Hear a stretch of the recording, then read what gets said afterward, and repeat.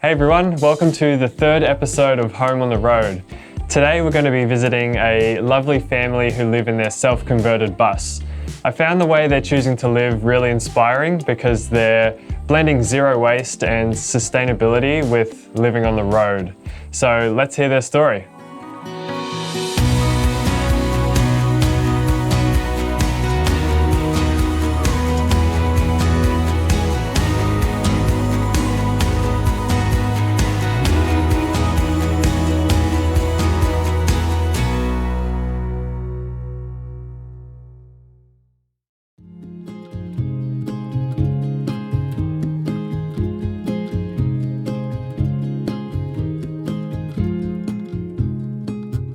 My name is Kitty and this is Danny, and we live in our bus with our 11-month-old daughter Anouk. We've been living here for nearly 8 months. Yep.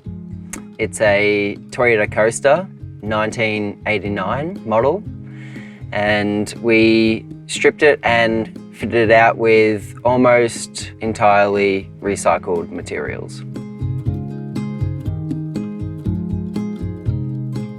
So we're in the kitchen where I make most of my magic. We've got the bench, it's old floorboards.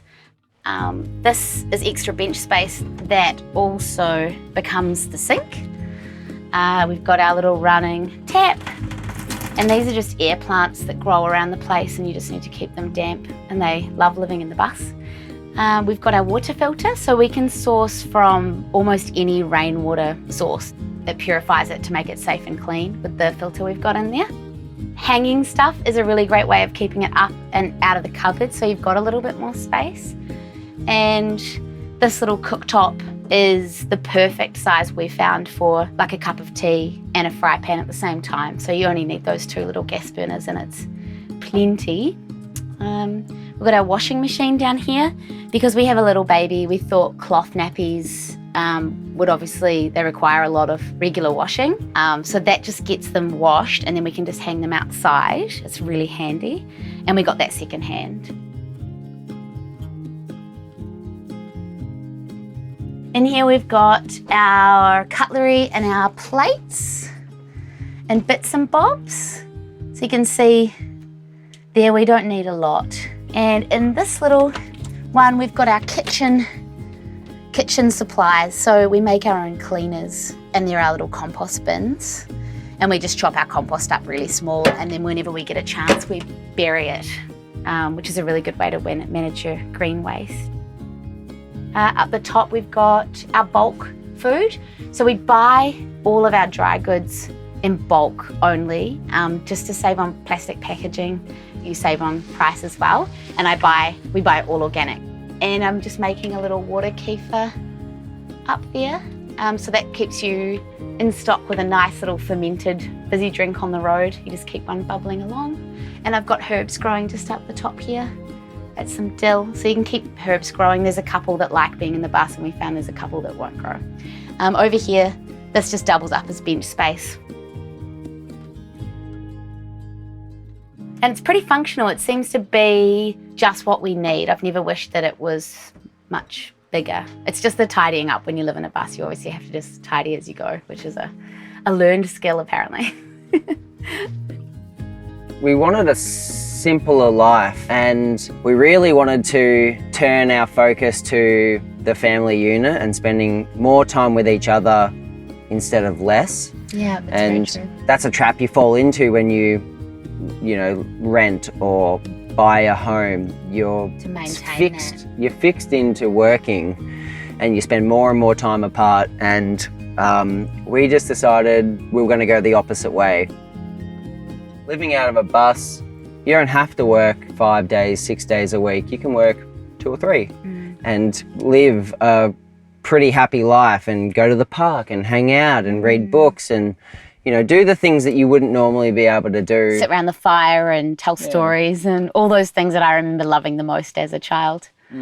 We spend about half what we would when we were living in a rental. We live much more intentionally now.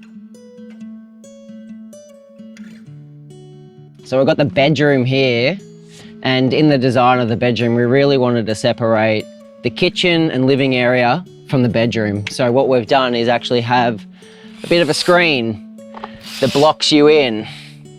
So if anyone wanted to get changed or they just want some bedtime and alone time away from the kitchen or away from cooking, you've got that. We also have all our cupboard space for our clothing. Got jumpers and dresses and tops and pants. Anushka's toys down here. A bit of a design issue that we ran into while doing the shelving was I really wanted to put in or test out hanging space. So we had hanging space here for jackets and dresses, and after a few weeks we decided that just wasn't a good use of space, so we pulled it out and added the shelves in. Also, space underneath the bed for any extra things. Normally Anushka's extra clothes, or if we pick up anything along the way, it goes in there until we find a home for it. We've also got the bed, which was the most important part for us. It's a bit of a lounge area. We can just lay around and hang out. We've also got windows surrounding the whole bed. So we had to get really thick green velvet, double layered curtains. Really good at night. It actually blocks out a lot of sound and a lot of light. We've also added just a little bit of fun to the ceiling. It's a mama owl and a baby owl standing together, just a woolen knitted mural. Something fun for Anushka just to be lying back on and pointing, and it's a bit of a distraction, a bit of fun for all of us, pointing out the animal. She always loves it. The recycled materials route was viable for a lot of reasons. One, financially, cheaper materials, but also that used love feel that you get from older used materials is, there's just like a character about it that you just can't get from new material. Barometers, like the light switches, everything, the tapware, and even if you think you can't find it, someone's throwing it away or selling it for cheap. I love the idea of a minimalist life, and there's definitely some elements of that lifestyle that we took on to be able to live in such a small space. But I don't necessarily love the aesthetic. I love that eclectic, collected stuff that we already had, so we didn't have to get rid of a lot of it. Moving into the bus, something that was really important to us was keeping waste at an all-time low. First of all, for cost, and environmental impact. And also you've just got so little space that it's nice to manage your outgoings. So it gets you thinking about how to put out the least amount of waste. So we make a lot of things ourselves, and we designed the bus based on knowing I would need that space, and that's why there's lots of food storage. So we make our own probiotic drinks, as I mentioned, and I make our own toothpaste. So, because that was one of the last challenges. You can buy your produce in the cloth bags, which we've got here. So when we shop, we've got all the produce bags, we've got all the shopping bags, we've got secondhand paper bags. We try to reduce what we use and what we need, but I made a clay-based toothpaste so that we didn't have to get rid of those pesky little packets. And you've got all your zero waste heroes like your bamboo toothbrushes with your boar bristle, and the bee keeps, those little wax wraps that keep your food fresh. We've got our fridge here, which doesn't get a lot of use. It runs on solar, which is really awesome. We forage for fresh produce, or we buy organic at the whole food shops as we go along. There's an extra pantry. If you're traveling and you're trying to buy organic and you're trying to buy plastic free in bulk, you do need a lot of space.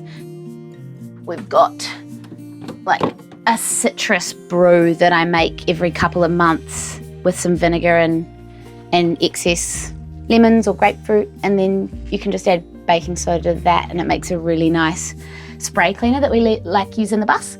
One of the hardest things to get rid of when we moved out of our house and sold off everything we had, except what lives in here, was the books. I don't know why it was so hard. Of everything, the books was the hardest part. But we have 4 shelves dedicated to books and games and puzzles too much space dedicated to that one thing, but it's what we love, so. Nothing's ever going to be as easy as you think it's going to be. When you're learning how to do anything or changing your life in a really big way, there's always going to be unexpected excitement. It makes you accountable. It makes you ask a lot of questions that you may not have asked of yourself. There's a lot of learning and a lot of growing, which is never a bad thing. A lovely friend of mine, a dear friend, said to me, you might spend this year, last year, getting ready to live in that bus, and you might pour all of your heart and soul into it, and you might move in and you might hate it. And she said, that's okay. It's totally okay. People move into houses that they own, that they've got mortgages tied up in, that they hate. We do crazier things than move into buses every day. So this is our wheelchair access door, or it used to be. This is where we house all our electrical system. So I've got the battery series, battery charger that hooks up to a mains if need be.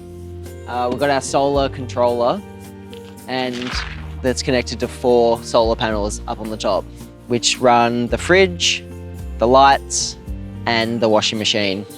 That is everything we need. We don't actually run any 240 volt appliances inside the bus, so 12 volt is perfect for us. Up until a few months ago, we were using public toilets and camp stop toilets. We are in the process now of building a composting toilet underneath one of the seats for permanent use.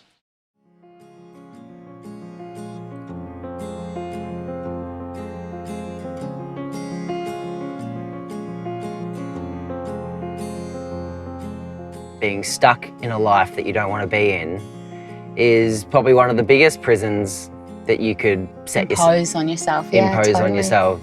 Getting out and trying something that's the opposite of what you're doing, or a different pathway, can change your life, and it has for us.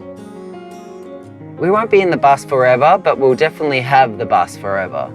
I think this is just... Or the attitude, even at the very least. We'll have the attitude of just that adventure and that knowing that we can survive and do bold things.